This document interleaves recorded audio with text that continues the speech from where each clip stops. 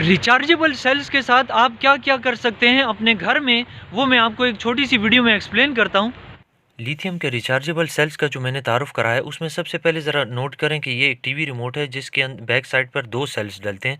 तो उस दो के बजाय अगर आप उसको एक सेल होल्डर लगा के एल्फी के साथ फिक्स कर दें, पॉजिटिव और नेगेटिव का ख्याल रखते हुए कनेक्शन कर दें और यहाँ रिचार्जेबल सेल डाल दें, तो ये कई माह तक आपका काम कर सकता है। और जब रिचार्ज करना हो तो आपको ऑलरेडी मैंने एक वीडियो में बताया हुआ है कि इसके रिचार्जिंग के लिए ये TP4056 एक सेल होल्डर और एक चार्जर आपका चाहिए, जिसके कनेक्शन वगैरह वो मैंने अपनी एक वीडियो में एक्सप्लेन किए थे।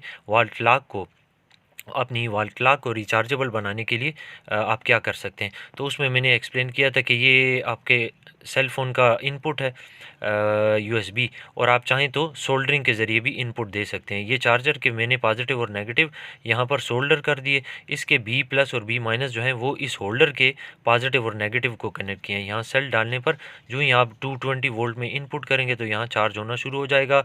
LED के इंडिकेटर चेंज करने से कलर जो ही चेंज हो तो आप समझें कि चार्ज हो गया, यानी रेड से ब्लू हो जाए तो आपका सेल फुल चार्ज हो गया और दोबारा आप इसमें डाल के इस्तेमाल कर सकते हैं। ठीक है। इसके अलावा सेकंड अगर आप नोट करें तो एक छोटा सा डिजिटल बैलेंस है जो घर में आमतौर पर किचन वगैरह में पड़ा होता है। इसके अंदर भी दो सेल लगते हैं जो कि इस वक्त आप देख लें कि यहाँ पर नहीं है, लेकिन अगर आप इसको भी रिचार्जेबल बनाना चाहें तो जैसा कि ये हुआ ये रिचार्जेबल पे शिफ्ट हो चुका है। ये बटन भी एल्फी से कनेक्ट किया गया और आप नोट कर रहे हैं कि ये काम कर रहा है। ठीक है। तो ये अब दो सेल बार बार चेंज करने के बजाय एक ही रिचार्जेबल सेल, और ये ऑन ऑफ इधर से होगा। ये बटन फिर भी पायदार होता है, जबकि ये जो बटन है इनको आपको बार बार रिप्लेस करने की ज़रूरत पड़ती है, कुछ ही अरसे में ये ख़राब हो जाते हैं। सो ये पायदार काम है, थोड़े से एफ़र्ट करके आप ये ख़ुद कर सकते हैं ये बटन। और इसी तरह ये जो सेल होल्डर है 18650 हो या कोई भी मॉडल हो, लेकिन रिचार्जेबल सेल हो, तो आप उसको इसी के अंदर रख के रिचार्जेबल बना सकते हैं। ये देखें जी, ये भी एक रिचार्जेबल इमरजेंसी लाइट है। इसके अंदर जो थी वो सील्ड लेड एसिड की बैटरी थी। वो तकरीबन 4 वोल्ट 4.5 वोल्ट दे रही थी।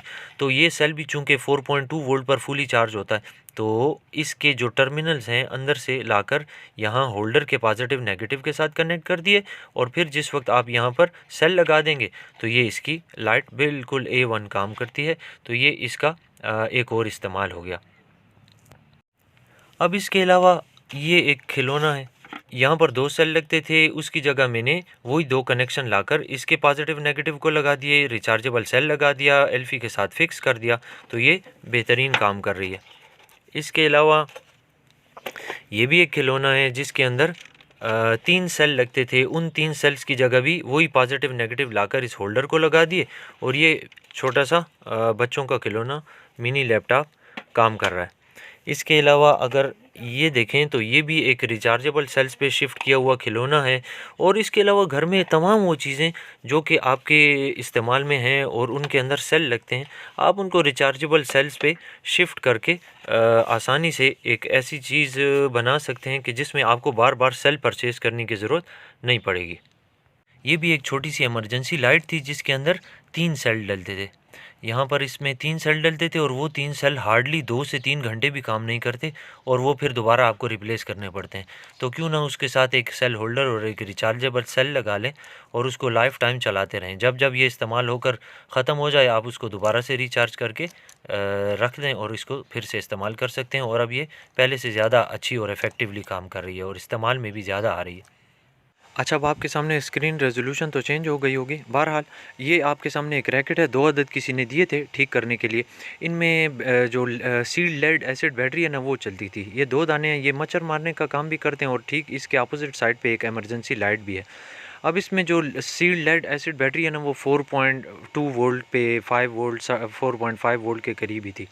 तो वो जो 2 पॉइंट्स थे ना पॉजिटिव और नेगेटिव, वो मैंने इससे बाहर निकाले, यहाँ एक होल्डर के साथ जोड़ दिया और उस होल्डर में सेल डाल दिया, तो ये आपके सामने ठीक से काम कर रहा है। और जब ये सेल ख़त्म हो जाए, इसको दोबारा चार्ज करने की ज़रूरत पड़े तो ये इसके लिए एक यूनिवर्सल चार्जर बनाया हुआ है TP4056 और सेल होल्डर के साथ। इन दोनों को आपस में पॉजिटिव पॉजिटिव नेगेटिव को जोड़ दिया, और जब कभी भी ये सेल इसमें डाल के फ़ोन का चार्जर लगाएंगे तो ये फुली चार्ज हो जाए LED के इंडिकेटर से आपको पता चल जाएगा, ये वापस लगा दें और ये फिर से काम करना शुरू कर देगा। ये है दूसरा रैकेट जिसमें सेम प्रॉब्लम था। सील्ड लेड एसिड चूँकि बैटरी की लाइफ भी कम होती है और उसका बैकअप टाइम भी बहुत कम होता है, इसलिए उसको भी इसी रिचार्जेबल सेल के साथ रिप्लेस कर दिया, सेम प्रोसीजर के साथ। लेकिन यहाँ पर चार्जिंग सिस्टम सेपरेटली नहीं बल्कि इसी के साथ जोड़ दिया। अब इसमें एक होल्डर कम लगता है और इसके साथ ये जो TP4056 सर्किट है ना, यहाँ पर मैंने वो जो B+ और B नेगेटिव वायर्स हैं इनके साथ मैंने सेल होल्डर के पॉजिटिव और नेगेटिव जो ऑलरेडी कनेक्टेड थे अंदर से आ रहे थे रैकेट से, उसको मैंने जोड़ दिया। अब आप जब जब इसको अपना सेल फ़ोन चार्जर लगाएंगे ये चार्ज होना शुरू कर देगा। LED का इंडिकेटर है वो अपना कलर चेंज कर दे, रेड से ब्लू हो जाए तो समझ लें सेल फुल चार्ज हो गया। और जब जब आप इसको इस्तेमाल करेंगे ये आपके पास रेडीली अवेलेबल होगा। आपने रिचार्जेबल सेल्स के इतने बहुत सारे यूजेस देखे, तो जाते जाते एक और आखिरी यूज़ भी देखते जाइए। ये भी एक कलरफुल लाइट है जहाँ पर दो सेलों के साथ जो कि ऑपरेट होती है और एक ऑन ऑफ बटन लगा होता था। उस ऑन ऑफ बटन को रिप्लेस कर दिया मैंने इस पुश बटन के साथ, जबकि दो सेल्स को रिप्लेस कर दिया इस होल्डर और रिचार्जेबल सेल्स के साथ। अभी ये फुली चार्ज तो नहीं है लेकिन पुश बटन प्रेस करने पर यह कलरफुल लाइट ऑन करता है, ग्लो करता है। तो रिचार्जेबल सेल्स पर शिफ्ट हो जाइए और अपनी ज़िंदगी को आसान बनाइए।